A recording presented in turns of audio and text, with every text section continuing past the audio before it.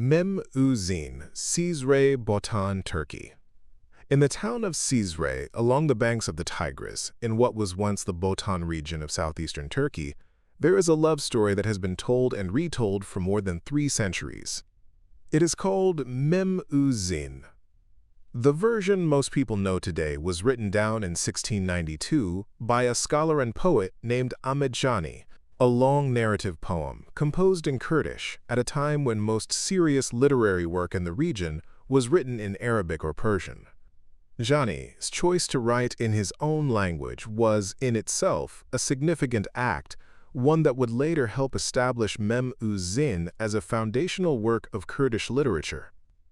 But the story he told was already old by the time he wrote it down, passed through generations as oral tradition, its origins impossible to trace with any certainty.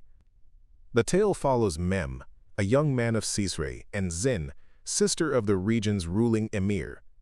Their meeting, as the story tells it, took place during a Newroz celebration, the spring festival still marked across the region today, when the two locked eyes across a crowded gathering and fell instantly, irreversibly in love.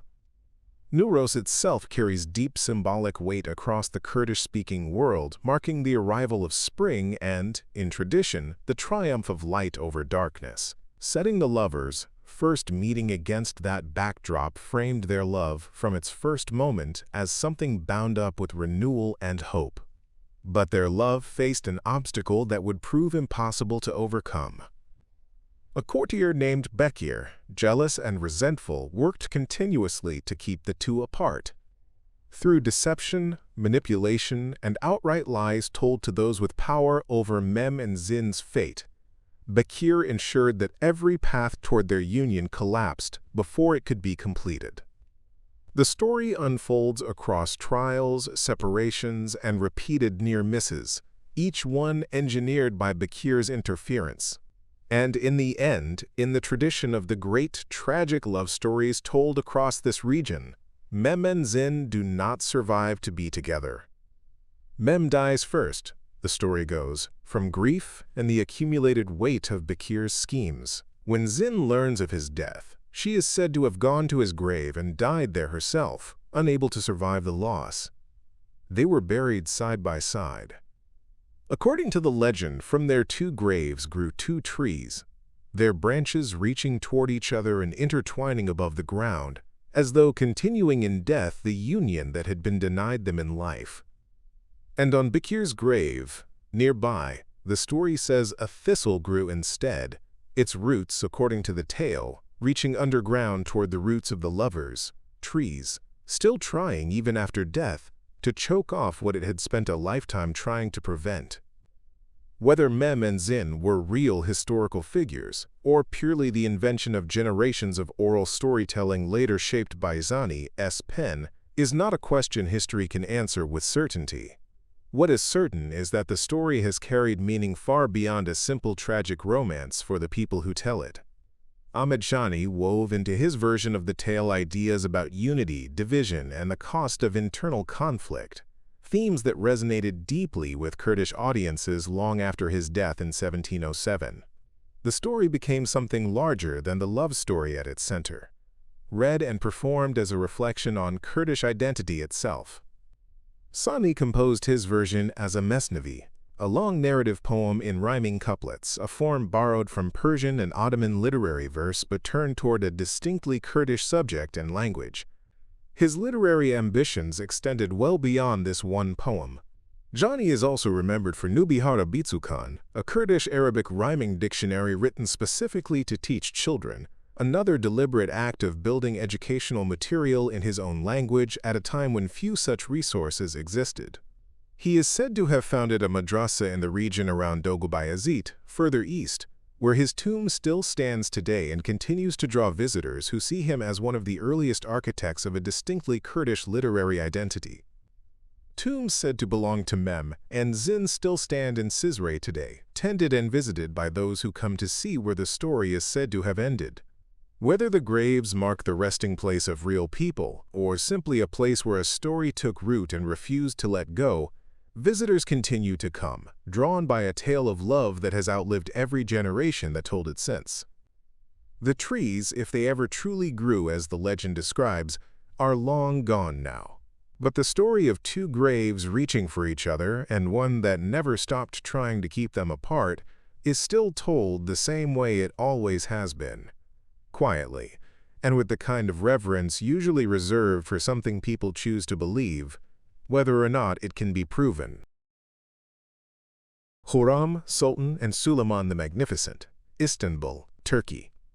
In the 1520s, inside the walls of Topkapı Palace, a woman entered the Ottoman court who would go on to break nearly every convention that governed the Sultan's private life. Her origins are still debated by historians. Most accounts place her birth somewhere in what is now Ukraine or Western Russia, likely the daughter of an Orthodox priest, captured or sold into slavery as a young woman, and brought into the Ottoman harem system, as was common practice at the time. In the palace, she was given a new name, Hurrem, the joyful one.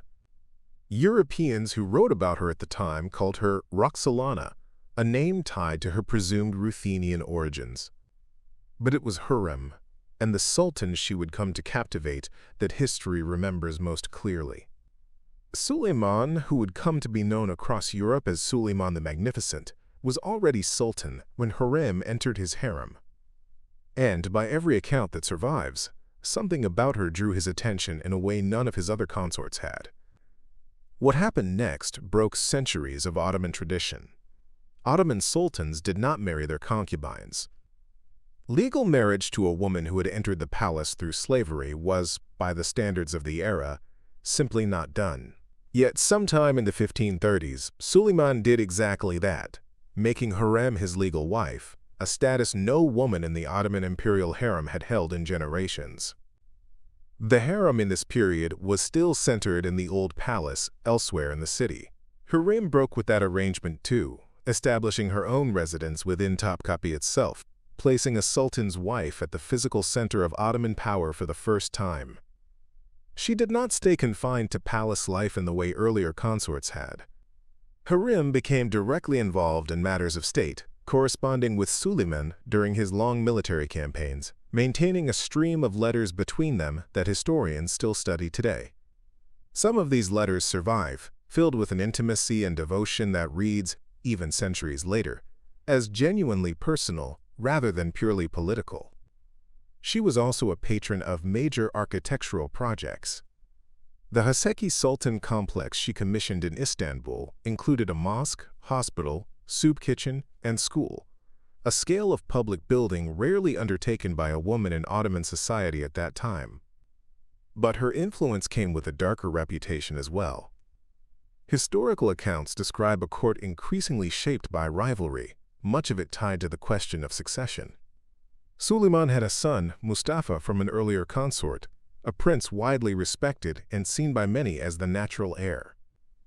In 1553, Mustafa was executed on Suleiman's orders, accused of plotting against his father. Many historians believe Hurrem played a role in the suspicion that led to Mustafa's downfall, working to secure the succession for her own sons instead.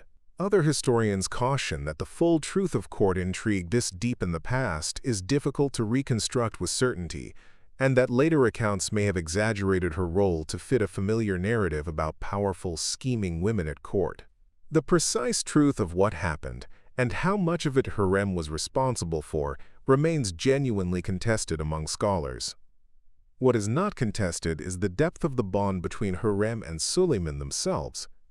Suleiman was a genuinely accomplished poet, writing under the pen name Muhibi, and some of his most tender surviving verses are addressed to Hurrem, reading less like formal court poetry and more like a husband writing to a wife he missed during months spent apart on campaign.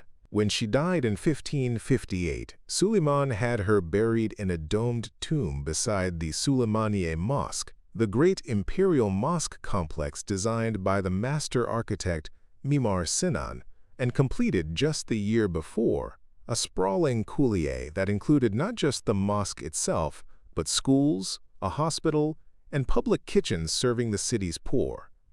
He would eventually be buried there himself in a matching tomb beside hers, the two resting together in the heart of the city they had shaped side by side.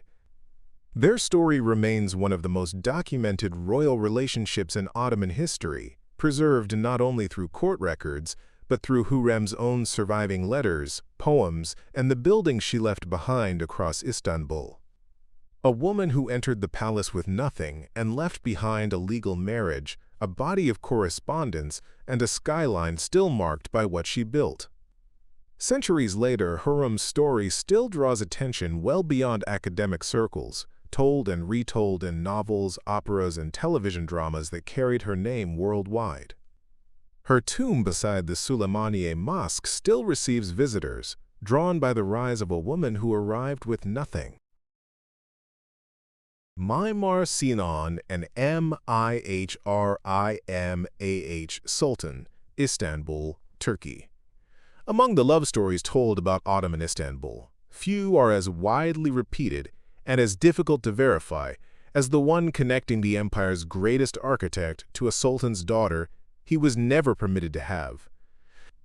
Mihrimah Sultan was born in 1522, the only daughter of Suleiman the Magnificent and Hurrem Sultan. By every historical account, she grew into one of the most powerful women of her era, closely involved in state affairs, wealthy enough to commission major architectural projects of her own, and married for political reasons to a grand vizier decades her senior. Mimar Sinan, by contrast, came from far humbler origins, likely born into a Christian family in central Anatolia. Before entering Ottoman service, he rose through the ranks of the Janissary Corps and eventually became the empire's chief imperial architect, responsible for some of the most celebrated buildings in Ottoman history, including the Suleymaniye Mosque, and later in his life, his own masterpiece, the Selimi Mosque in Edirne.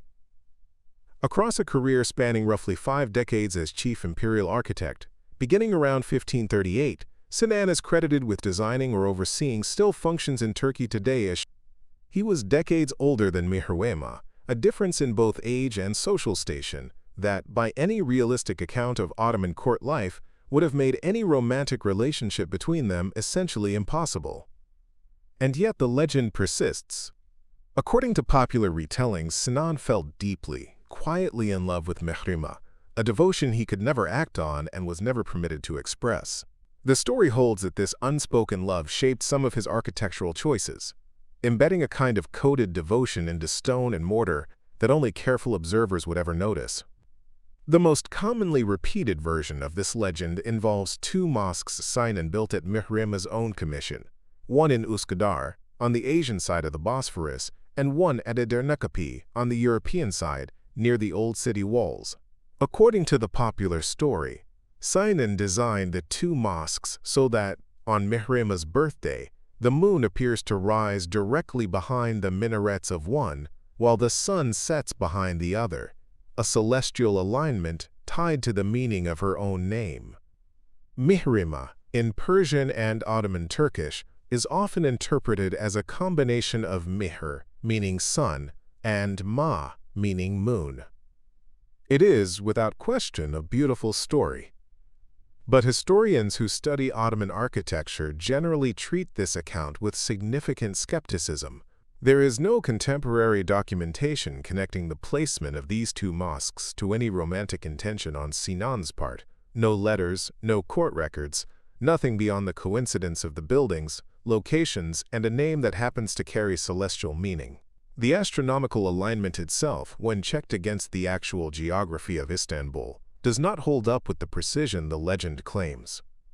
Most scholars consider this a romantic legend that developed long after both figures had died, layered onto 2 real buildings and 2 real historical people by later generations, drawn to a story more poetic than anything the historical record actually supports. What is verifiable is this.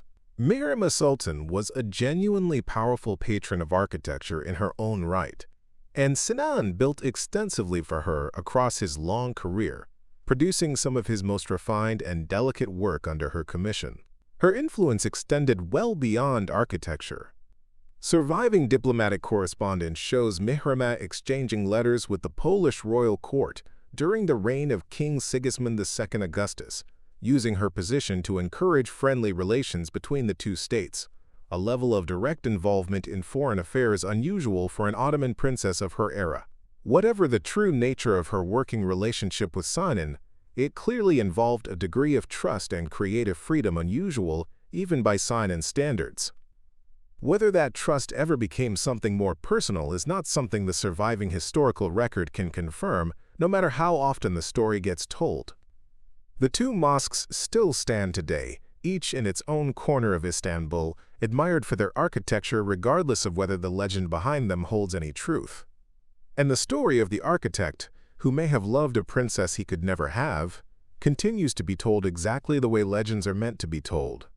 Passed forward, generation after generation, more because people want it to be true than because anyone has ever proven that it was.